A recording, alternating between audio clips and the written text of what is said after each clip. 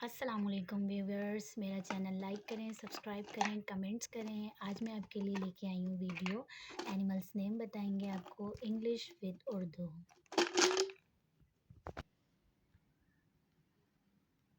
Black colour में हमारे पास है hippo.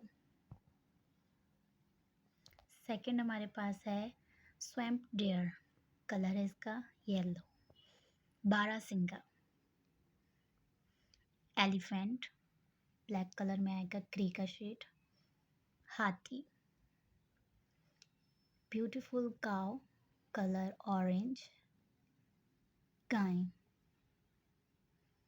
Snow bear, white colour में। बर्फानी भालू। Camel, golden brown. ऊंट। Kangaroo, orange colour.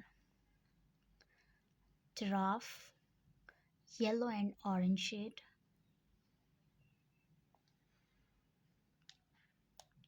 Zebra, black लाइनें, white colour. Lion, red colour. शेर। Lion, black and white colour.